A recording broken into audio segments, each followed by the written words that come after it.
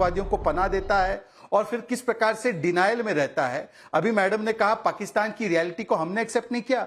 पाकिस्तान की रियलिटी का एक अच्छा सा बॉल बनाकर बांग्लादेश ने आपको वो बॉल दे दिया हाथ में, खेलते रहो। और बांग्लादेश के बाद बलूचिस्तान ने भी आपकी रियलिटी का दूसरा बॉल बनाया है और वो भी आपके हाथ में दे दिया है। जहां तक उज़्मा जी है, उज़्मा जी आपको पता है अभी हम लोग रफाल खरीद रहे हैं, एक्स्ट्रा रफाल खरीद रहे हैं। जितना पैसा हम रफाल में खर्च कर रहे हैं ना, उतना इनका पूरा बजट है। हमारा डिफेंस का बजट इनके डिफेंस के बजट से 9 गुना ज्यादा है। और आपको एक और फैक्ट बता देता हूं, आपके दर्शकों को आनंद आएगा। पाकिस्तान की कुल इकोनॉमी है कुछ 35 लाख करोड़। हमारी LIC कंपनी ना, इंश्योरेंस बेचने वाली करने वाली कंपनी, उसका मार्केट एसेट है 50 लाख करोड़। महाराष्ट्र का खुद का इकोनॉमी का साइज है लगभग 55 लाख करोड़।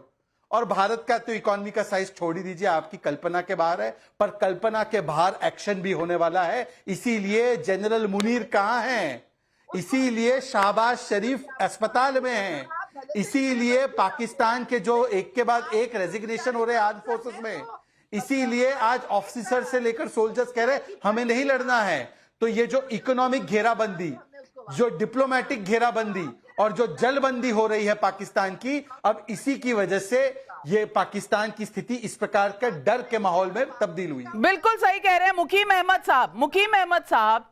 सवाल इस बात का नहीं है कि कौन कितनी शेखी मार रहा है। यहां शेखी, war is not an issue जिसपे कोई शेखियां मारे। लेकिन आप मुझे बताइए, the worst kept secret of Pakistan जो था कि वो आतंक एक्सपोर्ट करता है, वो तो कबूलनामा आपके डिफेंस मिनिस्टर ने दे दिया। अब वो सारी दुनिया ने सुन लिया। उसके बाद चीन के ऊपर कितनी आपकी डिपेंडेंस है अपनी डिफेंस सिक्योरिटी के लिए, वो दुनिया जानती है। मुनीर साहब कहां हैं, ये पूरी पाकिस्तान लालटेन लेकर ढूंढ रही है। शहबाज शरीफ अस्पताल में है, शहजाद जी बता रहे हैं। मुझे ये बता दीजिए कि अगर पाकिस्तान कह रहा है कि कोई एडवेंचरिज्म नहीं होना चाहिए, तो पाकिस्तान ये टेररिज्म का एक्सपोर्ट कब बंद करेगा? क्योंकि डॉसियर खेलने का समय तो चला गया। और अब जब खबर लेने का समय आया है तो पाकिस्तान घबराया हुआ क्यों है? देखिए, अब ये आपका एक परसेप्शन है कि पाकिस्तान घबराया हुआ है, लेकिन आपकी घबराहट मुझे समझ नहीं आती कि ये एक और फॉल्स फ्लैग ऑपरेशन आप करने जा रहे हैं। आपके जानिब से जो कुछ एलिगेशन लगाए गए हैं उसका अब ये सुनिएगा आराम से प्लीज, और माइक बंद न कीजिएगा जैसे उस्मा कारदार का किया है। ये गुजारिश ये है कि कोई प्रूफ अभी तक सामने नहीं आया। 6वां या 7वां दिन है उस घटना के बाद। आपने 100 एम्बेसडर्स को इनवाइट किया था दिल्ली में, उसमें कोई प्रूफ उनको पेश नहीं किया गया। न्यूयॉर्क टाइम्स की रिपोर्ट है कि पाकिस्तान के ऊपर ये ब्लेम डाला जा रहा है। दूसरा, रॉबिन राफेल जो अभी शहजाद भाई अभी आपकी बारी है मेरे बाद। रॉबिन राफेल जो साबिक नायब वजीर खारजा हैं अमेरिका की, उन्होंने कहा, वैसे न्यूयॉर्क टाइम्स को अमेरिका के फॉरेन डिपार्टमेंट ने करेक्ट कर दिया है। आपने नोट ना किया हो तो आपको भिजवा दूं वो फैक्ट शीट, क्योंकि फैक्ट शायद आप लोग देखते नहीं है। मैं जिस न्यूयॉर्क टाइम्स का आप हवाला दे रहे हैं ना, मैं हवाला दे रहा हूं, ठीक है, हाँ, उसको अमेरिका फैक्ट चेक कर चुका है। देखिए, मुझे वक्त दे दें, फिर आप बाद में दुरुस्ती कर लीजिएगा। मेरी बात तो मुकम्मल होने दें, आप इजाजत दें ना मुझे जब बुला लिया तो। बोले जी। और फिर जो रॉबिन राफेल हैं, साबिक वाइस फॉरेन मिनिस्टर, उन्होंने कहा कि जी घटना के 5 मिनट के बाद ही पाकिस्तान पे इल्जाम लगाना और दोषी ठहराना दुरुस्त नहीं है। आपके यहाँ से सुब्रमण्यम स्वामी जी क्या कह रहे हैं, वो इस्तीफा मांग रहे हैं नरेंद्र मोदी जी का। आपके कर्नाटका के वजीर आला सदरमत स्वामी राव साहब वो फरमा रहे हैं कि जनाब ये सारा ड्रामा है। आपके यहाँ से ये आवाजें उठ रही हैं कि ये बिहार का इलेक्शन जीतने के लिए फॉल्स फ्लैग आप जिनका नाम ले रहे हैं, नाम तो सही ले लीजिए, लेकिन उनका भारत के पॉलिटिक्स में और डिसीजन मेकिंग में कितना रोल है ये भी आप तय कर लीजिए। अब यूं तो बोलने वाले आपके ट्विटर पर, आपके अखबारों में क्या क्या लिख रहे हैं मैं आपको क्या बताऊं, आप बेहतर जानते हैं। लेकिन गौरव आर्या ये कहते हैं हम नहीं घबराए हुए, भारत घबराया हुआ है। और भारत ने 5 मिनट में बता दिया। भारत को बताना ही था ना, हम तो जानते हैं इनके नक्शे कदम किस तरह के हैं, ये तो हम जानते ही हैं। नहीं, बिल्कुल। पहले तो मैं उज़मा जी को बोलना चाहता हूँ कि उज़मा जी, आप में क्या ऑफ का बटन नहीं है मैडम क्या? आपको नहीं पता कि आपका फेडेड ऑन है? आप लगातार 15-20 मिनट से बोल रही हैं। मैडम रुक जाइए मैम, वो आपको, ma'am please allow me to come. Ma'am देखिए, मैंने तो आपके बीच में नहीं बोला मैम, मैं आपके बीच में बिल्कुल नहीं बोला। मेरी आपसे रिक्वेस्ट है, आप मुझे बोलने दें please, it's my humble request ma'am. देखिए, ऐसा है, दो चीजें हैं यहाँ पे, ठीक है ना? आप कुछ भी बोलें, फॉल्स फ्लैग ऑपरेशन, ये हर समय।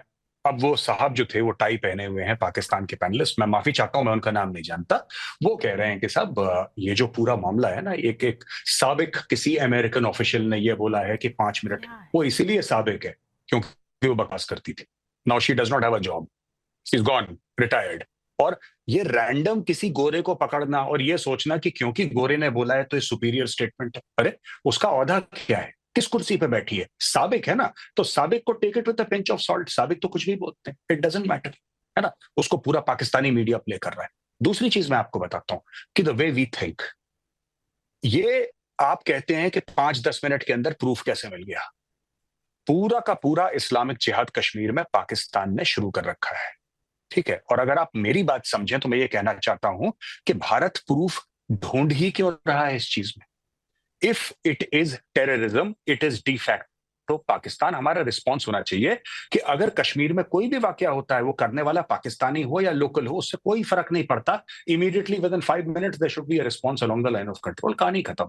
इतना स्ट्रेस नहीं लेना किसी चीज का। और आखिरी चीज, last thing I would like to say, कि देखिए, मैं आपको बात बता रहा हूं, भारत को जो रिस्पॉन्स करना है भारत करेगा। और कल के बाद आपको अनफोल्डिंग, कल शाम को 4-5 बजे के बाद आपको उसकी अनफोल्डिंग दिख जाएगी। आपको पता लग जाएगा बड़ी बात जनरली कह किस रहे हैं आप। डायरेक्शन में भारत कल शाम को 4-5 बजे के बाद, 4-5 बजे के बाद आपको, मैडम मेरी बात सुन लीजिए मैम, नहीं, बहुत बड़ी बात कह रहे हैं उज़मा जी। घर के दरवाजे देख लीजिए। कल शाम को 4-5 के बजे के बाद कुछ हो सकता है। गौरव आर्या जी बोल रहे हैं। जी, मैं ये कह रहा हूं कि कल शाम को 4 और 5 बजे के बाद आपको जनरल डायरेक्शन पता लग जाएगा कि भारत किधर जा रहा है। Tomorrow is the day when the government, the Modi government will take a decision कि कैसे करना है। अब किसी साबिक अमेरिकन गवर्नमेंट ऑफिशियल ने क्या बोला, आप क्या सोचते हैं, मैं क्या सोचता हूं, बड़ी बात कह रहे हैं हम सबके, जी, ये कल हो जाएगा।